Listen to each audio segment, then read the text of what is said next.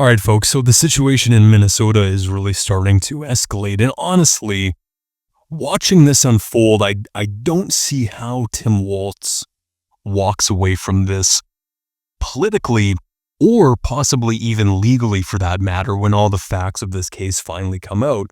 But that's just my opinion. Now, this is breaking news as of today, and it's being reported by The Guardian as well as several other news companies. The FBI has launched a serious investigation into the large-scale fraud involving daycare programs and Medicaid and Medicare clinics in Minnesota.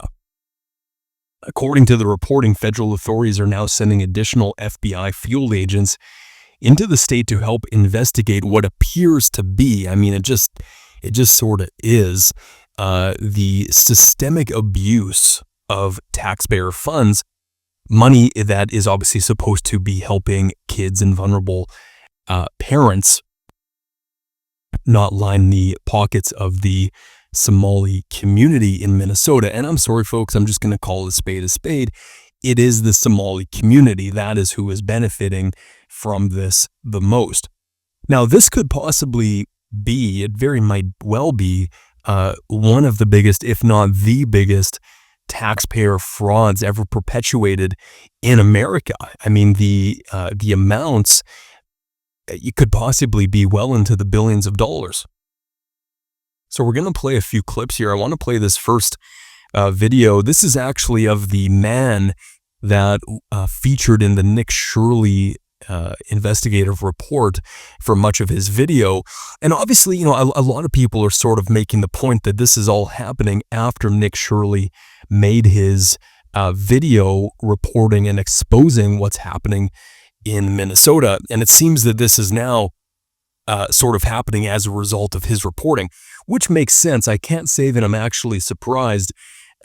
The Trump administration, sort of has a home run political hit here by doing something about this to really score some political points. So it's good that it's happening, but I can't say I'm surprised.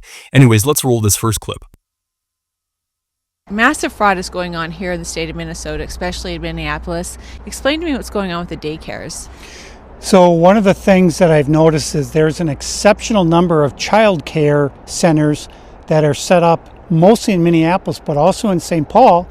And I said, wow, how many kids are there in the Twin Cities?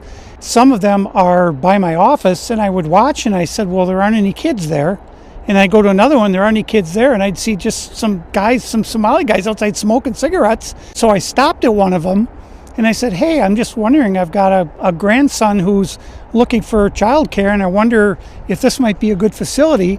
And they said, no, we're all full. And they had the door open, and I looked, and there were no kids. There was like a couch and a table with a couple chairs. And I said, well, are the kids out back? One of the things they're doing, or these Somali groups are doing to make this scam look more legitimate, is they're actually creating these storefronts and decorating them to look like real legitimate daycare centers. And you can actually see that in the Nick Shirley video of some of the daycare centers that they filmed.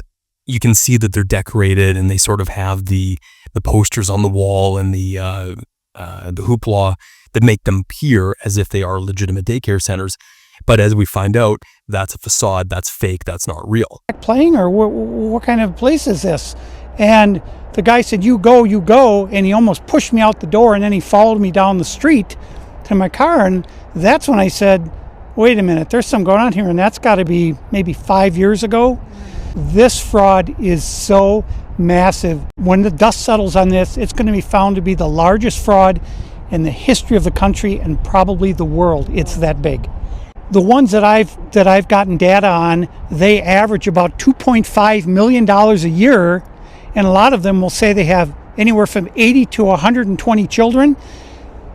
I've been to literally 40 or 50 of these childcare, and there never has been a single child at any one of them ever. Morning, afternoon, evening. Some of them say they're open till 10 o'clock at night. I go there in the morning, I go there in the afternoon, I go there at 9 o'clock at night. Nobody, there are no kids there ever. Yeah, and as he says, it's very likely one of the largest frauds in the history of the country.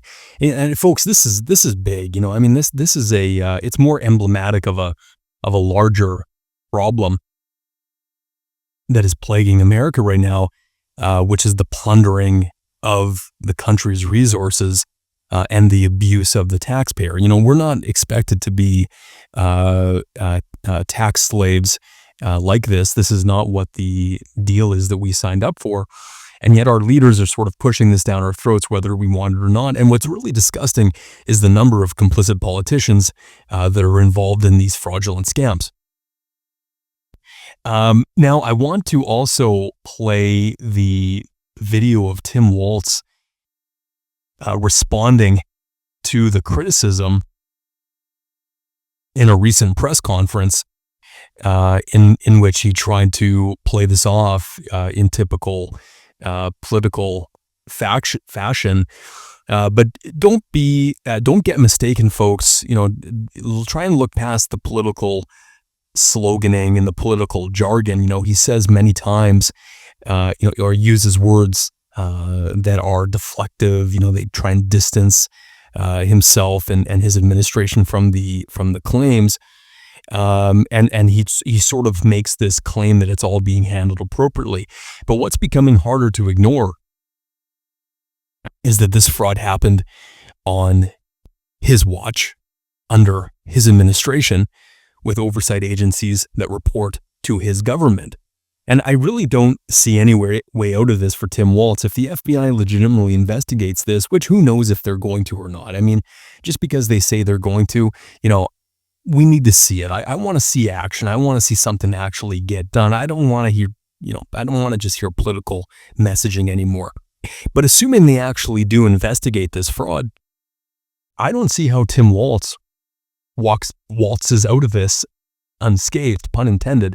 I don't see how, his political career is ruined.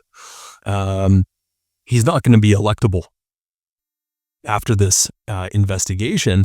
But I wouldn't be surprised if he actually is criminally prosecuted and serves time in prison for this fraud. There has to be some patsy, there has to be some scapegoat, and he looks complicit as all hell, quite frankly. I mean, he's been the one that has for years simply lied about the reality of this situation.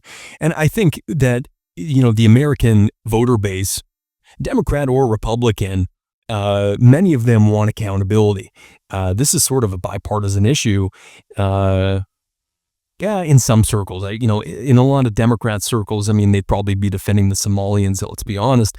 But for a lot of people, they want accountability. They want arrests. They don't simply want political sloganing or meaningless words. And I think if Trump plays his cards right, this could actually be a home run for his administration, which might help him a lot in the midterms and also help the Republican Party in 2028. But anyways, I'm going to leave you with this Tim Walz clip of the press conference. Let me know what you guys think about this in the comment section. Where is this going from here? I'll try and keep you up to date as this story evolves. Nobody in the legislature on the Republican side is interested in solving this. My God, it would be the worst thing in the world for them if this is solved like we're doing it here early this year, because then what are they going to run on? But again, this is an ever-increasing pressure point on Governor Walz as he runs now for a third term. Many of his opponents who are lining up to run against him very much hammering on this issue in an effort to defeat him. Live at the Capitol, Rob Wilson, Fox 9. All right, Rob, thank you.